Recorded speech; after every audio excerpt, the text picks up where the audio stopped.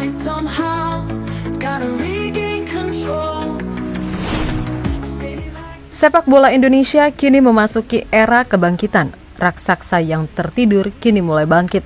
Mimpi tampil di Piala Dunia bukan lagi sekedar wacana, melainkan misi yang nyatanya sebuah jalan besar yang sedang diperjuangkan. PSSI tak lagi berpangku tangan. Mereka bergerak agresif, menyusun strategi demi membangun timnas yang lebih kompetitif di level dunia. Semua langkah ditempuh demi meningkatkan kualitas Garuda. Dan salah satu terobosan terbesar yang kini menjadi pusat perhatian adalah proyek naturalisasi pemain keturunan. Tapi ini bukan sekedar solusi instan. Ini adalah fondasi jangka panjang, sebuah visi besar untuk menjadikan Indonesia sebagai kekuatan baru di Asia dan lebih jauh lagi membuka jalan menuju Piala Dunia 2026, 2030 dan seterusnya.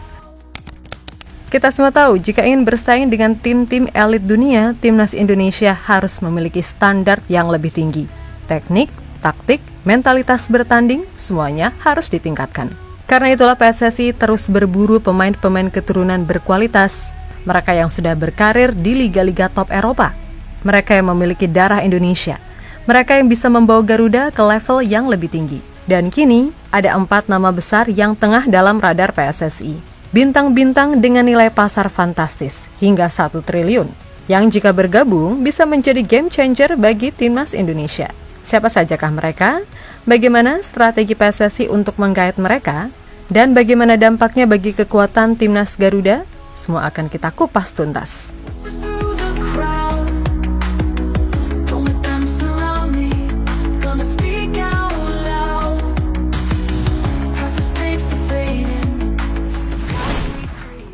Di era sepak bola modern, naturalisasi bukanlah hal yang asing. Ini adalah senjata ampuh yang digunakan banyak negara untuk meningkatkan kualitas tim nasional mereka.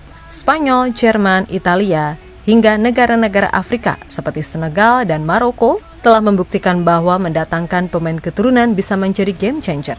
Bintang-bintang naturalisasi yang mereka manfaatkan telah membantu timnas mereka tampil di Piala Dunia, bahkan meraih trofi bergengsi di kancah internasional. Maka tak heran jika Indonesia pun mulai mengikuti jejak ini. Memang seharusnya sih. Dalam beberapa tahun terakhir, PSSI semakin aktif dalam program naturalisasi, menargetkan pemain-pemain keturunan yang berkarir di liga-liga top Eropa. Langkah ini bukan sekedar eksperimen, melainkan rencana besar untuk membawa timnas Indonesia ke level yang lebih tinggi. Dan hasilnya, sudah mulai terlihat sejumlah pemain naturalisasi telah membuktikan diri dan memberikan dampak besar bagi timnas Garuda. Performa tim meningkat, kekuatan semakin solid, dan mimpi tampil di panggung dunia kini terasa lebih nyata. Tapi ini baru permulaan karena proyek besar masih terus berjalan. Di bawah kepemimpinan pelatih Patrick Kluivert, PSSI semakin serius dalam proyek naturalisasi ini. Kluivert yang resmi ditunjuk pada Januari 2025, membawa visi untuk membawa Indonesia lolos ke Piala Dunia 2026. Salah satu strateginya adalah dengan menambah pemain-pemain keturunan berkualitas ke dalam skuad. Setelah sukses memproses oleh Rumeni untuk kualifikasi Piala Dunia, PSSI kini menyiapkan proyek besar selanjutnya. Target berikutnya, 4 pemain keturunan dengan nilai pasar mencapai 1 triliun rupiah. Siapa sajakah mereka?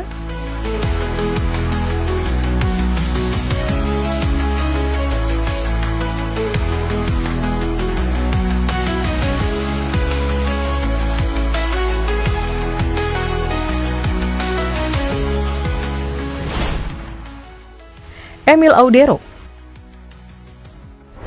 Nama pertama ada dalam daftar ini adalah Emil Audero, kiper berpengalaman yang memiliki garis keturunan Indonesia. Berdasarkan data Transfermarkt, harga pasarnya kini mencapai 86,91 miliar rupiah. Saat ini Emil berstatus sebagai kiper Como FC di Serie A. Namun pada pertengahan musim ia dipinjamkan ke Palermo FC di Serie B hingga akhir musim. Meskipun persaingan di level klub cukup berat, pengalamannya di Serie A tidak bisa dianggap remeh. Menariknya, keberadaan Emil semakin dekat dengan Indonesia.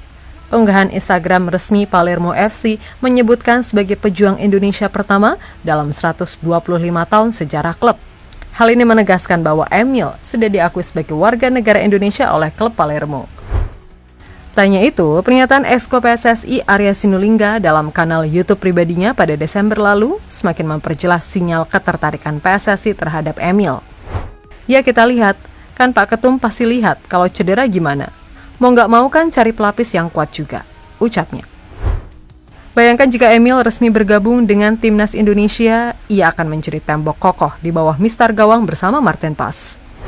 Don't you hesitate, time to back away, find another way, in this game we play, gonna seize the day.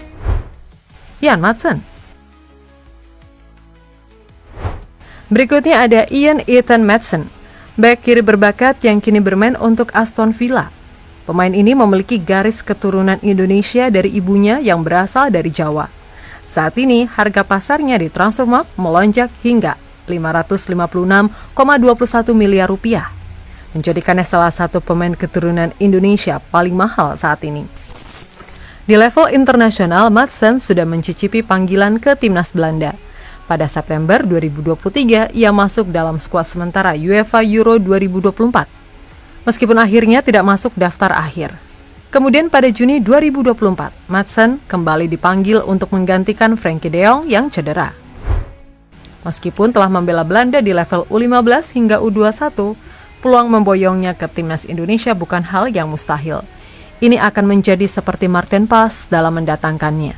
Dikarenakan dia pernah membela Timnas Belanda U21, tapi tidak bisa dipungkiri bahwa PSSI bisa saja mendatangkan mantan pemain Chelsea tersebut ke Timnas. Jika PSSI bisa mendatangkan Martin Pas, maka tidak menutup kemungkinan Maatsen juga bisa. Gonna seize the day.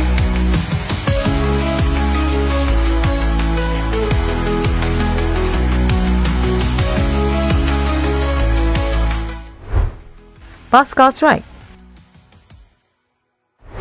Pascal Struijk, bek tengah andalan Leeds United, juga masuk dalam daftar target Patrick Kluivert. Ia memiliki garis keturunan Indonesia dari kakek dan neneknya yang lahir di Hindia Belanda, sekarang Indonesia. Saat ini harga pasarnya di Transfermarkt mencapai 278,11 miliar rupiah, menjadikannya salah satu bek keturunan Indonesia paling berharga. Dalam beberapa bulan terakhir, nama Struijk terus dikaitkan dengan Timnas Indonesia. Namun masih ada satu kendala, meskipun ia memiliki darah Indonesia, Struijk sebelumnya menyatakan ia masih memprioritaskan Timnas Belanda. Meskipun begitu, ia belum pernah bermain di pertandingan resmi untuk tim senior Belanda, yang berarti peluangnya untuk membela Indonesia masih terbuka. Jika Struijk bergabung, ia bisa menjadi tembok pertahanan solid yang memperkuat lini belakang Garuda. Ditambah dengan performanya di Leeds United, ia berpotensi membantu klubnya promosi kembali ke Premier League musim depan. Away, in this game we play, gonna seize the day.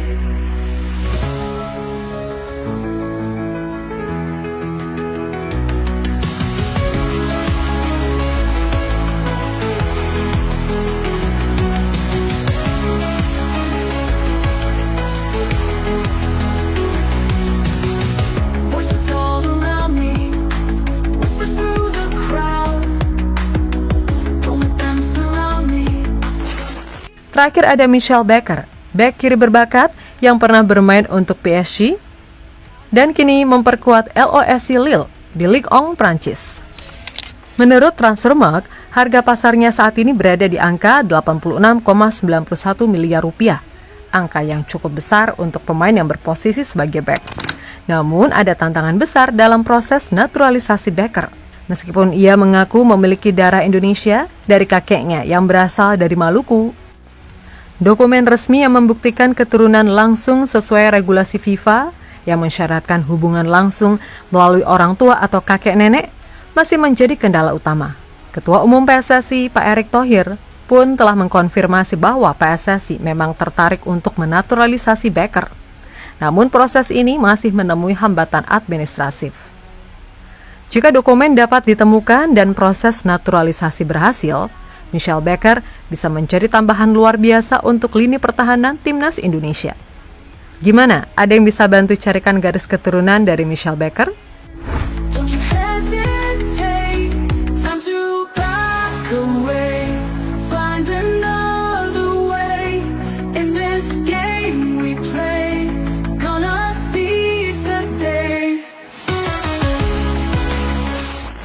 kini menarik dinanti. Bisakah duet Erick Thohir dan Patrick Kluivert benar-benar menghadirkan para pemain grade A+ ini ke timnas Indonesia? Dengan total nilai pasar mencapai 1 triliun rupiah, kehadiran Emil Audero, Ian Maatsen, Pascal Schreik, dan Michel Becker bisa menjadi game changer bagi Garuda.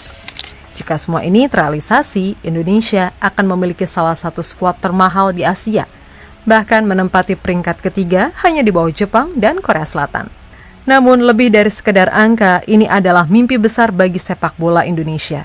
Kita semua berharap dan berdoa agar hati para pemain ini tergerak untuk membela Garuda, membawa Indonesia ke level yang lebih tinggi.